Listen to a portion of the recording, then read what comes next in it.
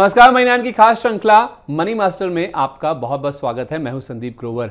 हमारी इस खास श्रृंखला में हम बाजार के दिग्गज मार्केट एक्सपर्ट से चर्चा करते हैं और उनसे ये जानते हैं कि शेयर बाजार में निवेश की रणनीति कैसे बनानी चाहिए जिससे आपको मुनाफा कमाने में मदद मिले। हर महीने या हर हफ्ते के आखिरी गुरुवार को अगर आप भी शेयरों के वायदा बाजार में सौदे काटते हैं तो मनी मास्टर का ये एपिसोड आपके लिए बेहद काम का है, क्योंकि आज के इस एपिसोड में हमारे मनी मास्टर संतोष मीना जी आपको वायदा बाजार की बारीकियों के बारे में समझाएंगे। संतोष जी वर्तमान में स्वास्तिका इन्वेस्टमेंट के हेड ऑफ रिसर्च हैं और शेयर बाजार में 1 दशक से ज्यादा का अनुभव रखते हैं। संतोष सर, बहुत बहुत स्वागत है आपका मनी की इस खास श्रृंखला मनी मास्टर में। Thank you Sandeep ji. It's my pleasure to connect with मनी9 ऑडियंस। सो सभी को मेरा नमस्कार। और हो सकता है ये सेशन काफी अच्छा लर्निंग हो और ट्रेडर्स और इन्वेस्टर्स ऑप्शन के बारे में समझेंगे और इसको और अच्छे से ट्रेड करेंगे। ठीक है सर, हम भी यही उम्मीद करते हैं। ऑप्शंस या फ्यूचर्स में ट्रेडिंग यानी बड़ा जोखिम और बड़ा मुनाफा। आज के इस कार्यक्रम में संतोष जी से वायदा बाजार के बेसिक्स तो समझेंगे ही, साथ ही उन रणनीतियों पर भी बात करेंगे जो ऑप्शंस की दुनिया में जोखिम को सीमित करके मोटा मुनाफा बटोरने में मददगार हो सकती हैं। तो चलिए शुरू करते हैं आज का कार्यक्रम। और संतोष सर, इससे पहले कि मैं आपसे पहला सवाल पूछूं, मैं कार्यक्रम की शुरुआत करूं, मैं आपसे ये जानना चाहता हूं कि कुछ खास तौर पे जो शब्दावली होती हैं, जो टर्म्स होती हैं, जार्गन्स होते हैं ऑप्शन से जुड़े हुए, जैसे पहले तो ऑप्शन ही हुआ, पुट हुआ, कॉल हुआ, strike price interval, open interest, lot size, expiry date, premium इत्यादि, ये बहुत सारे जार्गन्स हैं, बहुत सारी टर्म्स हैं। इसके बारे में अगर आप पहले हमारे दर्शकों को कुछ समझाएं ताकि वो थोड़ा तैयार हो जाएं इस पूरे टॉपिक को समझने के लिए। ऑप्शन एक तो अपने आप में बहुत इंटरेस्टिंग चीज है और इसमें एक तो इतने सारे टर्म्स है कि आपको हर चीज को एक एक बहुत अच्छे से समझना होगा। तो सबसे पहले ऑप्शन को ही समझते कि ऑप्शन अपने आप में क्या होता है। तो ऑप्शन के नाम में ही उसका मीनिंग छुपा हुआ है। ऑप्शन का मतलब होता है चॉइस। हम इसको और डिटेल में समझेंगे, इसकी डेफिनेशन को समझेंगे, लेकिन सबसे पहले ये जानना जरूरी है कि ऑप्शन एक डेरिवेटिव इंस्ट्रूमेंट है और जितने भी डेरिवेटिव इंस्ट्रूमेंट होते हैं यहाँ दो पार्टी के बीच में कॉन्ट्रैक्ट होता है किसी भी असेट को खरीदने या बेचने के लिए, वो भी फ्यूचर डेट पर, वो भी प्री डिटरमाइंड प्राइस पर। जैसे भी फ्यूचर भी एक डेरिवेटिव प्रोडक्ट्स है, लेकिन फ्यूचर के साथ प्रॉब्लम ये है कि यहाँ पर दोनों पार्टी की लायबिलिटी होती है कि उस अपना जो कॉन्ट्रैक्ट है उसको एग्जीक्यूट करना ही पड़ता है। अगर बायर है तो उसको बाई करना ही पड़ेगा, सेलर है तो उसको सेल करना ही पड़ेगा। तो इस चीज को इस कॉन्ट्रैक्ट को थोड़ा मॉडिफाई करके जहाँ पे एक बायर या सेलर के पास एक ऑप्शन होता है, उनको लगे तो खरीदेगा, उनके लिए फेवरेबल सिचुएशन हो गई तो खरीदेगा और उनके लिए फेवरेबल सिचुएशन हो गई तो बेचेगा। उसको देखते हुए ऑप्शन कॉन्ट्रैक्ट्स आए हैं। इसको हम समझते हैं जनरली ऑप्शंस 2 टाइप्स के होते हैं, कॉल ऑप्शन और पुट ऑप्शन। पहले हम कॉल ऑप्शन को समझते हैं। कॉल ऑप्शन की डेफिनेशन होती है right to buy but not obligation to buy. ऐसे डेफिनेशन से एग्जैक्ट समझ में नहीं आएगा, इसलिए हमको एक एग्जांपल के थ्रू समझना होगा। एक एग्जांपल लेते हैं। मान लो एक स्टॉक है ABC जिसका 100 रुपीज रेट चल रहा है और आप मान लो उसको खरीदना चाहते हो। आपको लगता है आने वाले 1 महीने बाद इसमें आने वाले 1 महीने के अंदर इसमें कुछ पॉजिटिव डेवलपमेंट होने वाला और इस वजह से स्टॉक में 25 से 30% का अपसाइड देखने को मिल सकता है। और वहीं सेलर है एक जो ABC स्टॉक को बेचना चाहता है, 1 महीने बाद उसका बेचने का प्लान है, लेकिन उसको नहीं लगता कि शायद ये प्राइस इतना बढ़ेगा, लेकिन आपको लग रहा है कि इसमें कोई डेवलपमेंट होने वाला है, स्टॉक में 25 से 30% का अपसाइड देखने को मिल सकता है 1 महीने बाद, आने वाले 1 महीने के दौरान। लेकिन आप श्योर नहीं हो कि ऐसा कुछ डेवलपमेंट होगा, तो आप रिस्क भी नहीं लेना चाहते कि पूरे पैसे के स्टॉक खरीद के आप पूरा रिस्क भी नहीं लेना चाहते। तो आप एक अरेंजमेंट करते हो ऑप्शन सेलर के पास जाकर, आप उससे बोलते हो कि 1 महीने बाद इस स्टॉक का प्राइस कुछ भी चले, ABC स्टॉक का प्राइस, मैं आपसे 105 रुपए, हम एग्जांपल ले रहे हैं, अभी 100 रुपीज चल रहा है, 1 महीने बाद आपसे 105 रुपए में खरीदूंगा, मार्केट में कुछ भी चले। अगर और मेरे ऊपर कोई लाइबिलिटी नहीं है, जो बायर है उसके पास ऊपर कोई लाइबिलिटी नहीं है। मुझे लगेगा अगर मार्केट में 105 रुपए के नीचे चलेगा तो मैं आपसे नहीं खरीदूंगा, लेकिन मार्केट में 105 रुपए के ऊपर चलेगा तो मैं आपसे खरीदूंगा। लेकिन इस चीज के लिए मैं आपको एक टोकन अमाउंट दे रहा हूँ। फॉर एग्जांपल 5 रुपए वो टोकन अमाउंट दे रहा है, तो 5 रुपए टोकन अमाउंट दे के एक कॉन्ट्रैक्ट हो गया दोनों के बीच में कि 1 महीने बाद जब जो भी डेट फिक्स करी इन्होंने बाई सेल करने की, स्टॉक का प्राइस कुछ भी चले, जो बायर है वो 105 रुपए में खरीदेगा। अब यहाँ पे हम एक सिचुएशन लेते हैं कि मान लो 1 महीने बाद स्टॉक का प्राइस 130 रुपए हो जाता है, जो एक्सपेक्ट कर रहा था बायर जो भी डेवलपमेंट होने की उम्मीद कर रहा था, इसमें कोई पॉजिटिव न्यूज आने वाली है और वो न्यूज आ जाती है और स्टॉक में सडन सर्ज देखने को मिलता है और 130 हो जाता है, तो अब ऑप्शन जिसने बाय किया है, जिसने कॉन्ट्रैक्ट बायर है, उसके पास राइट है, क्योंकि उसने 5 रुपए दिए हैं, उसने 5 रुपए देके एक अधिकार खरीदा है कि मार्केट में कुछ भी चले मैं आपसे 105 रुपए में खरीदूंगा। तो वो 105 रुपए में सेलर से खरीदता है और मार्केट में जाके 130 रुपए में बेच देता है, क्योंकि 130 रुपए भाव हो जाता है। तो उसका ऐसे 25 प्रॉफिट है, लेकिन 5 रुपए उसकी कॉस्टिंग भी है, तो अल्टीमेटली उसका 20 रुपीज का प्रॉफिट बन जाता है जिसने भी बाय किया है। इन केस कोई न्यूज डेवलपमेंट नहीं आता है और स्टॉक का प्राइस मान लो 105 रुपए के नीचे रहता है, तो जो बायर है जिसने प्रीमियम पे किए 5 रुपए की, उसके ऊपर लाइबिलिटी नहीं है कि वो खरीदे, वो 5 रुपए अपने जाने देता है। तो इस तरीके से कॉल ऑप्शन डिराइव होता है। Any question, then we will move to put option. Please sir, please. Okay, so पहले में हम थोड़ा सा समझे, हमने यहाँ पे कंडीशन देखी है, हमने क्या क्या देखा है यहाँ पर। एक तो 5 रुपए का जो अमाउंट है उसको ही हम प्रीमियम बोलते हैं, हमने ऑप्शन में सुना होगा प्रीमियम पे करते हैं। तो यही जो 5 रुपए की कॉन्ट्रैक्ट वैल्यू, कॉन्ट्रैक्ट करने के लिए जो 5 रुपए दिए हैं, 5 रुपए देकर प्रीमियम पे किया है, और ये प्रीमियम के थ्रू जो ऑप्शन बायर है वो राइट खरीदता है, राइट खरीदता है, कॉल ऑप्शन के केस में खरीदने का राइट खरीदता है। यहाँ पे आपने देखा था कि वो 5 रुपए देकर फ्यूचर की डेट में 105 रुपए में खरीदने का एक अधिकार खरीद लिया। अब यहाँ पे जो 105 रुपए है वो है स्ट्राइक प्राइस, क्योंकि एक जो जिस रेट पे कॉन्ट्रैक्ट हुआ है हम उसको स्ट्राइक प्राइस बोलते हैं। ठीक है। और जिस डेट पर बायर और सेलर अपने कॉन्ट्रैक्ट एग्जीक्यूट करेंगे, बायर्स खरीदेगा या सेलर बेचेगा, उसको ही हम एक्सपायरी डेट बोलते हैं। एंड इसके अलावा एनएस जो कॉन्ट्रैक्ट्स होता है एंड नॉर्मली एक्सचेंज ट्रेडेड होता है, एनएससी और बीएससी पे ट्रेड करता है। नॉर्मली हम म्यूचुअल अंडरस्टैंडिंग के थ्रू भी कर सकते हैं, उसको ओवर द काउंटर कॉन्ट्रैक्ट्स बोलते हैं, लेकिन मोस्टली जो एक्सचेंज पे ट्रेड होते हैं वो एक्सचेंज ट्रेडेड होते हैं, वो स्टैंडर्डाइज्ड होते हैं। यहाँ पर आप अपने हिसाब से क्वांटिटी डिसाइड नहीं कर सकते, या मिनिमम लॉट साइज होता है। यहाँ पर एक शेयर किसी स्टॉक का शायद 100 हो मिनिमम लॉट साइज, किसी का 1000 हो, तो उसी को हम लॉट साइज कहते हैं, वो एक्सचेंज डिसाइड करता है। ठीक है। और ये तो हुआ कॉल ऑप्शन का। अब हम पुट ऑप्शन का डेफिनेशन समझते हैं। पुट ऑप्शन की डेफिनेशन होती है right to sell but not obligation to sell. वहां हमने कॉल ऑप्शन के केस में देखा था right to buy but not obligation to buy, या right to sell but not obligation to sell. अब एबीसी का स्टॉक का ही हम एग्जांपल ले लेते हैं। अगर किसी को लग रहा है कि आने वाले 1 महीने बाद इस स्टॉक में गिरावट आ सकती है, अभी 100 रुपए चल रहा है, शायद इसमें कोई बड़ा नेगेटिव न्यूज आने वाला है, स्टॉक में 25-30% की गिरावट आ सकती है, लेकिन मैं श्योर नहीं हूं कि गिरावट आएगी ही, तो मेरे पास स्टॉक रखा हुआ है, तो मैं अभी से कॉन्ट्रैक्ट कर लेता हूँ जो भी खरीदने वाला है कि 1 महीने बाद कुछ भी चले, आप मुझसे 5 रुपए ले लो, अभी 100 चल रहा है, मैं आपको 95 रुपए में ही बेचूंगा। एक 95 रुपए जो स्ट्राइक प्राइस डिसाइड हुआ है वो कॉन्ट्रैक्ट वैल्यू हुआ। मान लो 1 महीने बाद स्टॉक का प्राइस गिर के 70 रुपए आ जाता है, तो जिसने राइट 5 रुपए देके पुट खरीदा है, अधिकार खरीदा है बेचने का, तो वो क्या करेगा, मार्केट से लेगा 70 रुपए में और सामने वाले को 95 रुपीज में बेचेगा, क्योंकि 95 रुपीज में कॉन्ट्रैक्ट किया है। तो 25 रुपीज का ये प्रॉफिट माइनस 5 रुपए का प्रीमियम, तो अल्टीमेटली यहाँ 20 रुपीज का प्रॉफिट बनता है। वहीं अगर स्टॉक 100 रुपए के ऊपर रहता है, 95 के ऊपर रहता है, तो मार्केट में ज्यादा महंगा बिक रहा है, तो जो उसने कॉन्ट्रैक्ट किया था वो नहीं बेचेगा, वो अपने 5 रुपए जाने देगा, क्योंकि उसके पास ऑब्लिगेशन नहीं है बेचने की। तो इस तरीके से पुट ऑप्शन की डेफिनेशन होती है right to sell but not obligation to sell. I think समय कम है, वरना हम इसको और डिटेल में समझ सकते थे, बट आई होप फिर भी थोड़ा थोड़ा एक आइडिया लगा होगा कि बेसिक कंसेप्ट क्या होता है ऑप्शन का, कॉल और पुट के पीछे का। बिल्कुल, बेसिक आइडिया तो लग गया सर कि ऑप्शंस के जो सारे टर्म्स और जो जार्गन्स हैं वो हमने समझ लिए, लेकिन इसके साथ साथ जो इसका इतिहास है उसके बारे में भी थोड़ा समझ लेते हैं। सर ये बताइए कि आखिर ऑप्शंस की ज़रूरत क्यों आन पड़ी और कब से इनकी शुरुआत हुई थी? ऑप्शन का mainly trading start central board Chicago board of exchange पर जो हुआ 1972 में हुआ है।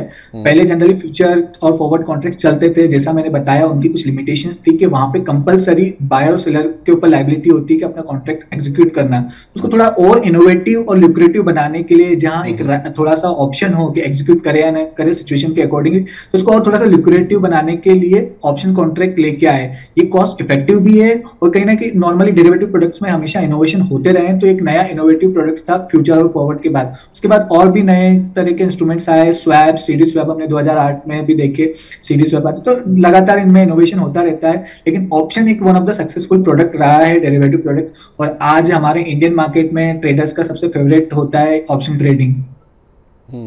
सर, जब आप कह रहे हैं कि ऑप्शंस काफ़ी सक्सेसफुल हुआ है एज अ प्रोडक्ट, तो जाहिर सी बात है फिर इसके काफ़ी सारे फ़ायदे होंगे जो कि ट्रेडर्स या तो फिर जो इन्वेस्टर्स हैं जो कि इसके फ़ायदे उठाते होंगे, लेकिन उसके साथ साथ कुछ तो नुकसान भी होंगे जिसका एक जो निवेशक है या जो ट्रेडर है जो भी इनमें ट्रेड करता है उसको इसका ध्यान रखना होता है।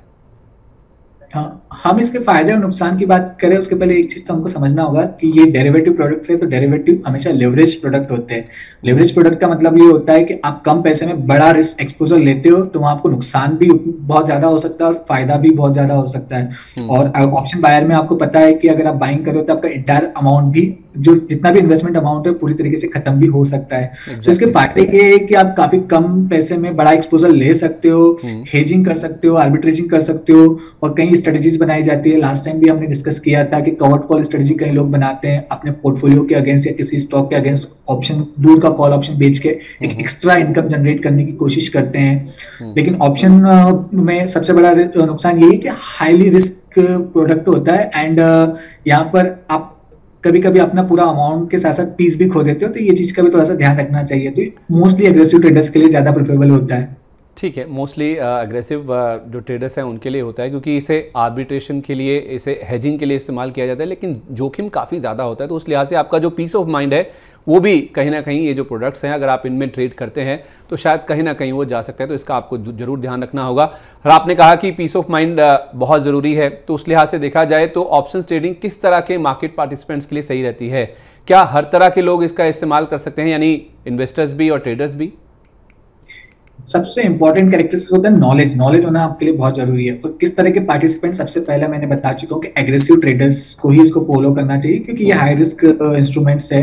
इसके अलावा मोस्टली हेजर्स जो होते हैं, जिनका पोर्टफोलियो है वो अपने आप को हैज करना चाहते हैं, वो यूज करते हैं। आर्बिट्रेजर्स, उनको कहीं प्राइस डिफरेंसेस में नजर आता है तो वो, और जो एग्रेसिव ट्रेडर्स है, जो एडवेंचरस ट्रेडर्स है, न्यू जनरेशन, वो कर सकते हैं इसको। बट मोस्टली मेरा सजेशन ये रहेगा, एग्रेसिव ट्रेडर्स जो इसको अच्छे से समझते हैं उन्हीं को ट्रेड करना चाहिए। ठीक है, बहुत ज़रूरी है कि आपको समझ होनी चाहिए, पहले इस प्रोडक्ट की नॉलेज होनी चाहिए।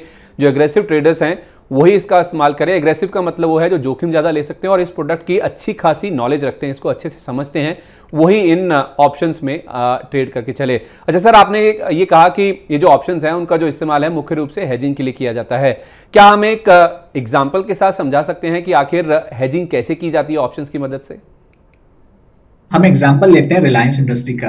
अभी रिलायंस इंडस्ट्री 2600 रुपए के आसपास ट्रेड कर रहा है। सेट मार्केट में आप देख रहे हो थोड़ा सा करेक्शन स्टार्ट हुआ है। आपके पास पोर्टफोलियो में और आपने कहीं स्टडी किया, काफी कुछ स्टडी किया, आपको लगता है कि शायद आने वाले समय में रिलायंस में यहाँ से 5-10% की गिरावट आ सकती है, लेकिन आपका पोर्टफोलियो स्टॉक है, आप उसको बेचना नहीं चाहते क्योंकि आपका लॉन्ग टर्म का व्यू है। तो आप इसको बेच के अननेसेसरी कैपिटल गेन पे नहीं करना चाहते, ट्रांजैक्शन कॉस्ट पे नहीं करना चाहते, इसको लॉन्ग टर्म के लिए रखना चाहते हो, तो उसको आप, लेकिन अपनी पोजीशन को हेज करना चाहते हो फॉर टाइम बिंग के लिए। तो आप क्या कर सकते हो, इसका मान लो 2600 का पुट खरीद के, जो अभी मान लो अभी सितंबर मंथ का 1 महीने बाद की जो एक्सपायरी है उसका पुट खरीद के, जो फॉर एग्जांपल वो अराउंड 50 रुपीज चल रहा है, तो आप उसका पुट खरीद के आप अपने रिलायंस की पोजीशन को हेज कर सकते हो। फॉर एग्जांपल अगर रिलायंस यहाँ से 2000 रुपए भी आ जाता है तो 600 रुपए का नुकसान आपको आपकी कैश की होल्डिंग में है, लेकिन वहीं आपको 600 रुपए माइनस आपकी जो कॉस्ट 50 रुपए की है, तो 550 रुपए का प्रॉफिट है। तो ऑलमोस्ट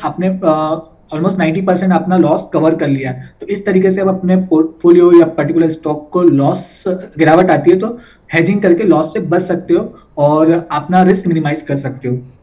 चलिए, तो हमने एक एग्जाम्पल के जरिए भी समझ लिया कि ऑप्शंस का इस्तेमाल कैसे किया जाता है आपकी जो पोजीशन है उसको हेज करने के लिए, उसमें जो जोखिम है उसे कवर करने के लिए। अच्छा सर, मैंने कहीं पढ़ा है कि ऑप्शन ट्रेडिंग में टाइम वैल्यू भी एक फैक्टर होता है। पहले तो ये बताइए कि आखिर ये टाइम वैल्यू क्या होता है ऑप्शंस में, और दूसरा ये कितना इंपॉर्टेंट होता है?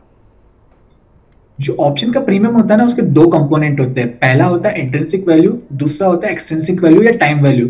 इंट्रिंसिक वैल्यू तो वो होती है जो सामने दिखती है। इन द मनी ऑप्शन जो भी होता है उसमें मान लो आपने कॉल ऑप्शन की बात करें, आपका 100 रुपए की स्ट्राइक प्राइस का कॉल ऑप्शन है और वो 105, स्टॉक ही 105 चल रहा है, तो जो 5 रुपए का डिफरेंस है वो इंट्रिंसिक वैल्यू होगा। जो out of the money options होते हैं उसमें इंट्रिंसिक वैल्यू नहीं होता। अब हम आते हैं टाइम वैल्यू, जो दूसरा प्रीमियम का कंपोनेंट है। ये सबसे इंपॉर्टेंट कंपोनेंट होता है। इसमें भी 2 फैक्टर प्ले करते हैं। पहला होता है कितने दिन बचे हैं एक्सपायरी में, और दूसरा होता है वॉलेटिलिटी।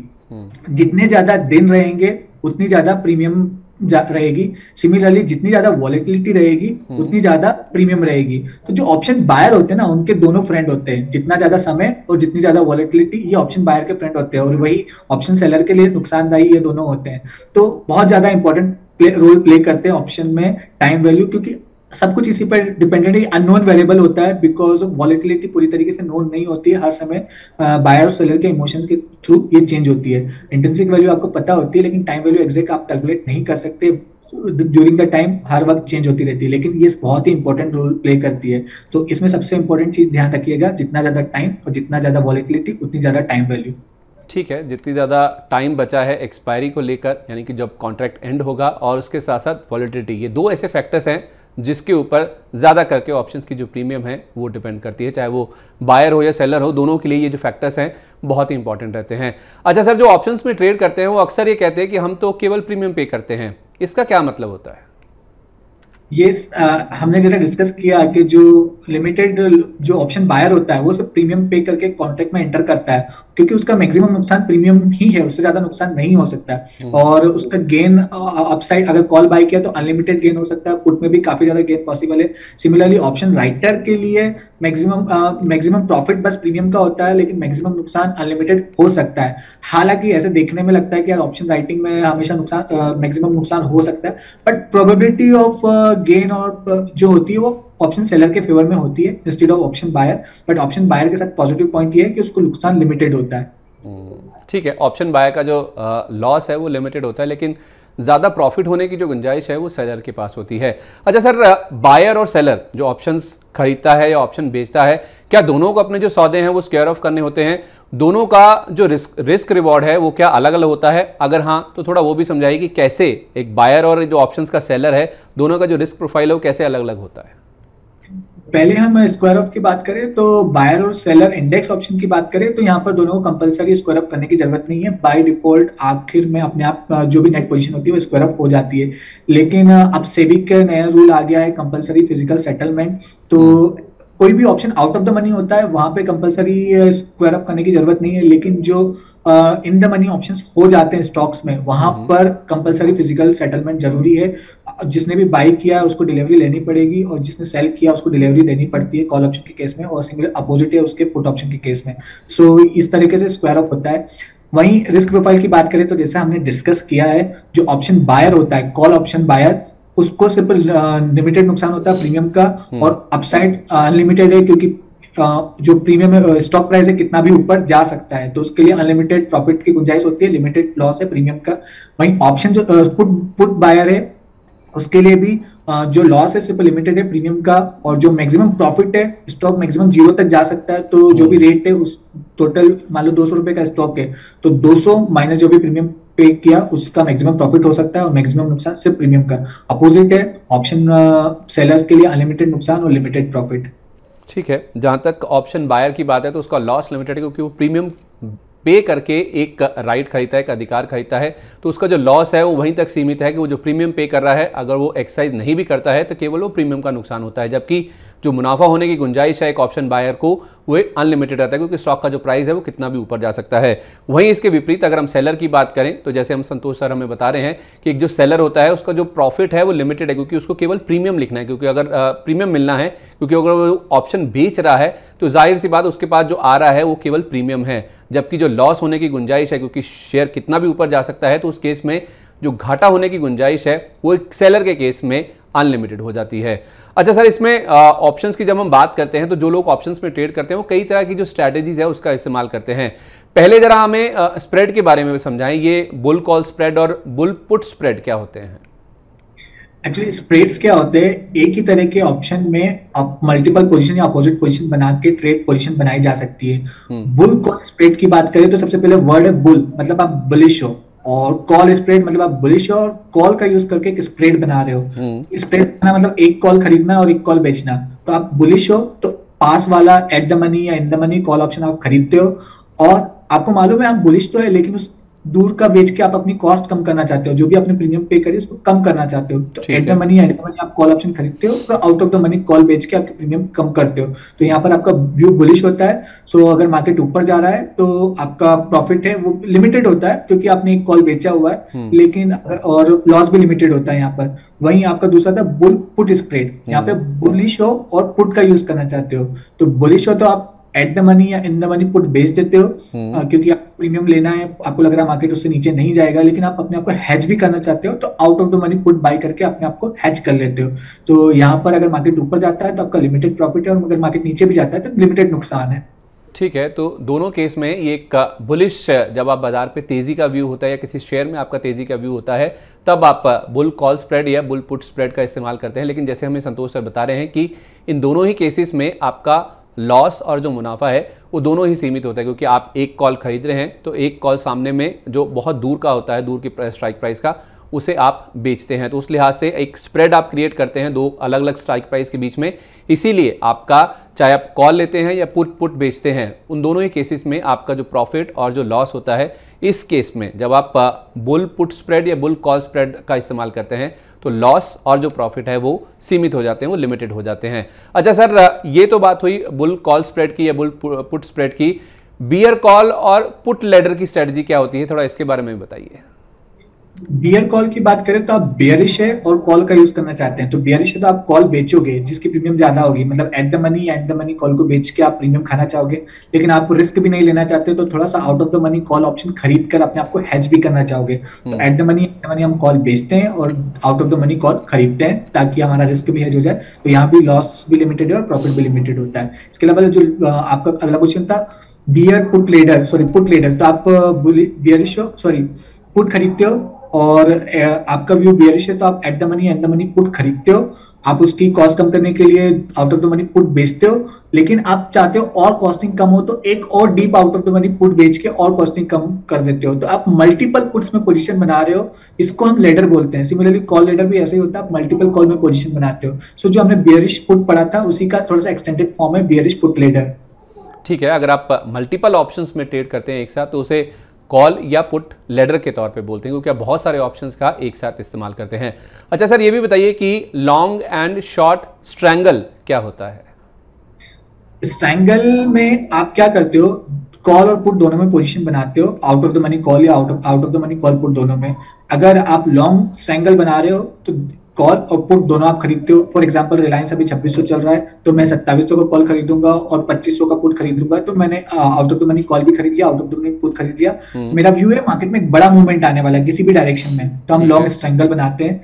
और जब हमको लगता है मार्केट एक रेंज में रहेगा तो हम शॉर्ट स्ट्रैंगल बनाते हैं। दोनों मुझे लगता है कि ना रिलायंस 2700 के ऊपर जाएगा ना 2500 के नीचे जाएगा, तो मैं 2700 का कॉल बेच दूंगा और 2500 का पुट बेच दूंगा और शॉर्ट स्ट्रैंगल बनाऊंगा। तो इस तरीके से हमारे व्यू के हिसाब से हम पोजीशन बनाते हैं। जब दोनों बाई करते हैं तो लॉन्ग स्ट्रैंगल, और जब दोनों शॉर्ट करते हैं तो शॉर्ट स्ट्रैंगल कहलाता है। ठीक है, आपका व्यू क्या है मार्केट के ऊपर या किसी एक पर्टिकुलर स्टॉक के ऊपर, उसके हिसाब से जो स्ट्रैटेजीज हैं उनका इस्तेमाल किया जाता है। अच्छा सर, शॉर्ट स्ट्रेडल क्या होता है ये भी बताइए। शॉर्ट स्ट्रैंगल का ही टाइप है, लेकिन यहाँ हम अलग अलग स्ट्राइक प्राइस का ना करते हुए एक सेम ही स्ट्राइक प्राइस का, मुझे लगता है कि रिलायंस मान लो 2600 के आसपास ही घूमता रहेगा तो मैं 2600 कॉल और पुट दोनों बेच के उसकी प्रीमियम खाने की कोशिश करूंगा, तो इसको हम शॉर्ट स्ट्रैंगल कहते हैं। यहाँ पर लेकिन लॉस अनलिमिटेड हो सकता है क्योंकि मार्केट किसी भी डायरेक्शन में अगर बड़ा मूवमेंट आ गया, और प्रॉफिट लिमिटेड है, लेकिन अगर आपका व्यू सही है तो आपको प्रोबेबिलिटी ऑफ प्रॉफिट अच्छी रहेगी। तो यहाँ पर हम सेम ही स्ट्राइक प्राइस का कॉल और पुट दोनों बेचते हैं और प्रीमियम खाने की कोशिश करते हैं। ठीक है। सर, मैंने आपसे पहले भी समझा था कि ये जो टाइम वैल्यू है वो क्या होती है ऑप्शंस में, लेकिन कई सारे ऐसे ट्रेडर्स हैं जो कि वीकली या मंथली एक्सपायरी जब होती है तो उसके आसपास ही ट्रेड करना ज़्यादा पसंद करते हैं। आपके हिसाब से क्या जब एक्सपायरी होने वाली होती है, चाहे वो मंथली हो या तो फिर वीकली हो, उसके आसपास ट्रेड करना ज़्यादा सुरक्षित रहता है? पहले तो हम ये बात करें काफी लुक्रेटिव होता है और एक्सपायरी के पास ऑप्शन ट्रेड करना। इंडेक्स की बात करें तो मंथली और वीकली एक्सपायरी की बात करें तो एक्सपायरी वाले के पास आके ऑप्शन काफी सस्ते हो जाते हैं, तो जो बायर पर्सपेक्टिव से सोचे तो उसको काफी लुक्रेटिव लगता है क्योंकि काफी सस्ते में मिल रहा है और बड़ा मूवमेंट आ गया तो काफी बड़ा मुनाफा बना भी सकता है। लेकिन एक्सपायरी के पास आके ऑप्शन की प्रीमियम गिरती भी उतनी ही स्पीड से है, सो रिस्क वही है लेकिन रिवॉर्ड के भी चांसेस उतने ही है। तो दोनों फैक्टर ध्यान में रखना होगा, आपको समझना पड़ेगा। अगर आप एक्सपेक्ट कर रहे हो बड़ा मूव आने वाला है एज ए बायर्स पर्सपेक्टिव तो आप कम पैसे में एक बड़ा गेम खेल सकते हो, ज्यादा प्रॉफिट कमा सकते हो। लेकिन अगर मान लो मार्केट में कोई बड़ा मूवमेंट आने की चांसेस नहीं है तो आपका पूरा पैसा डूब भी सकता है, ये चीज को ध्यान रखना चाहिए। और मंथली एक्सपायरी में एक चीज ध्यान रखिएगा, अब कंपलसरी फिजिकल सेटलमेंट आ गया है तो एक्सपायरी वाले वीक में ऑप्शंस, स्टॉक ऑप्शन में लिक्विडिटी खत्म हो जाती है, क्योंकि मार्जिन बढ़ जाता है, हर दिन मार्जिन बढ़ता है, एक्सपायरी वाले दिन तो 100% मार्जिन लगता है, तो नेक्स्ट मंथ में कॉन्ट्रैक्ट शिफ्ट हो जाता है। सो जो इंडेक्स ऑप्शन है वहां तो काफी अच्छे से ट्रेड होता है, लेकिन जो स्टॉक ऑप्शन है वहाँ एक्सपायरी वाले वीक में अच्छे से काम नहीं होता, इस चीज को ध्यान में रखिएगा। चलिए, तो दोनों चीज़ें हमें समझाई सर ने कि अगर आप वीकली ऑप्शंस एक्सपायरी की बात करें तो नो डाउट जब ऑप्शंस की एक्सपायरी आ जाती है पास में, उस समय ट्रेड करना काफ़ी लुक्रेटिव होता है क्योंकि मूव काफ़ी बड़े आते हैं मार्केट में। लेकिन उसके साथ साथ जैसे सर ने पहले भी हमें समझाया था कि अगर आपके पास नॉलेज है, अगर आप रिस्क को कंटेन कर सकते हैं, जोखिम को झेल सकते हैं और वॉलिटिलिटी को कहीं ना कहीं काबू में कर सकते हैं, क्योंकि बड़ा मूव आने के भी चांसेस रहते हैं, तो तभी आप जब ऑप्शंस की एक्सपायरी होती है वीकली या तो फिर मंथली, उसके आसपास आप ट्रेड करें। दूसरी बात सर हमें बता रहे हैं कि जब मंथली एक्सपायरी होती है तो स्टॉक्स में हम देखते हैं क्योंकि फिजिकल सेटलमेंट का अब जो प्रावधान है वो सेबी ने कर दिया है, तो उस लिहाज से जो लिक्विडिटी है वो कहीं ना कहीं कम हो जाती है। काफ़ी हम देखते हैं कि जो एक्शन है, जो वॉल्यूम्स है वो कम होते हुए दिखते हैं। हालांकि इंडेक्स में हम देखते हैं कि वहाँ पे ऐसा फिजिकल सेटलमेंट का कोई रूल नहीं है, तो वहाँ पे वॉल्यूम्स काफ़ी अच्छे देखने को मिलते हैं। तो अगर आप मंथली एक्सपायरी के हिसाब से ट्रेड कर रहे हैं और शेयरों में, स्टॉक्स में अगर आप ट्रेड करते हैं तो इस चीज़ का आप जरूर ध्यान में रखें कि जो आखिरी हफ्ता होता है, क्योंकि फिजिकल सेटलमेंट होता है, मार्जिन बहुत ज़्यादा बढ़ जाते हैं, तो उस लिहाज से वॉल्यूम्स डिप हो जाते हैं, तो उस चीज़ को आपको ध्यान में रख के ट्रेड करना होगा। अच्छा, एक चीज़ और बताएं सर कि ऑप्शंस या एफएनओ सेगमेंट में जिस तरह छोटे निवेशकों ने अपने हाथ जलाए हैं, क्योंकि ये एक बहुत ज़्यादा ऐसी चीज़ है जो कि समझ के करने की जरूरत है, जैसे आप पहले बता भी रहे थे, तो उससे जो मार्केट रेगुलेटर है सेबी वो काफ़ी ज़्यादा चिंतित है और अब एक्सेसिव ट्रेडिंग और स्पेकुलेशन को रोकने के लिए रिस्क प्रोफाइलिंग और निवेशकों के इनकम डिस्क्लोजर्स को आवश्यक करने की तैयारी भी की जा रही है। आपकी क्या राय होगी सर, छोटे निवेशकों को जो बहुत ज़्यादा लिक्विडेटिव समझते हैं इसे और छोटे समय में बड़ा पैसा कमाने के तौर पे इसे देखते हैं ऑप्शन ट्रेडिंग को? सेबी का कंसर्न सही है, क्योंकि पिछले कुछ 2 साल में कोविड के बाद से बहुत तेजी से नए निवेशक आए, नए ट्रेडर्स आए, और स्पेशली उनका रुझान जो ऑप्शन ट्रेडिंग की तरफ काफी ज्यादा रहा है, क्योंकि मोस्टली जेन जी इन्वेस्टर है, जो नए जनरेशन के ट्रेडर्स है, तो उनको नॉर्मली वो एडवेंचरस होते हैं, रिस्क लेना पसंद है। बट डेटा भी यही बोलता है कि मैक्सिमम ऑप्शन ट्रेडर्स नुकसान करते हैं, जो भी डेटा बोलता है, बिकॉज मेन रीजन ये उनको प्रॉपर नॉलेज नहीं होता प्रोडक्ट का, और उनको फैसिनेटिंग लगता है क्योंकि यहाँ फास्ट गेम बनता है, लेकिन वो अपना रिस्क प्रोफाइल नहीं समझते, गवाते हैं। तो सेबी का कंसर्न सही है, सेबी नए गाइडलाइंस लेके आ रही है। सो मेरी छोटे निवेशकों को और ट्रेडर्स को यही सलाह रहेगी, सबसे पहले तो अपना नॉलेज बेस बढ़ाए इस चीज को लेकर, इसकी अंडरस्टैंडिंग करना बहुत जरूरी है। इसके अलावा सजेशन यही रहेगा कि मोस्ट ऑफ योर जो इन्वेस्टमेंट है वो कैश मार्केट में अच्छी क्वालिटी के स्टॉक्स में रखे, और आपको इसका एडवेंचर का मजा लेना है तो ओनली 3 to 5% जो अपना इन्वेस्टमेंट का लोकेशन है वो ऑप्शन ट्रेडिंग में रखे, बाकी majority of your investment should be in cash market. चलिए, तो छोटे निवेशकों के लिए साफ तौर पे संतोष सर ने हमें बता दिया है कि केवल आपका जो पोर्टफोलियो है, टोटल जो आप पैसा लगाना चाहते हैं मार्केट में, या आपका जो कॉर्पस है आपके पास, उसका 3 से 5% हिस्सा ही आप ऑप्शंस में लगाएं, क्योंकि यहाँ पे जोखिम बहुत ज़्यादा रहता है।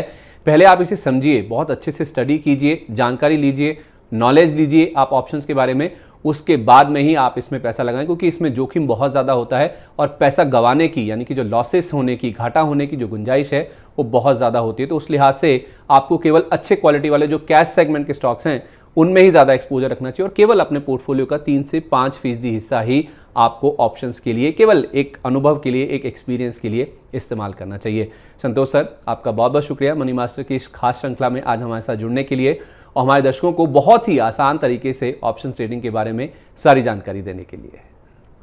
Thank you. हमें पूरी उम्मीद है कि मनी मास्टर की ये खास पेशकश और दर्शकों की समझ को और सहज बनाने की हमारी ये पहल आपको पसंद आई होगी।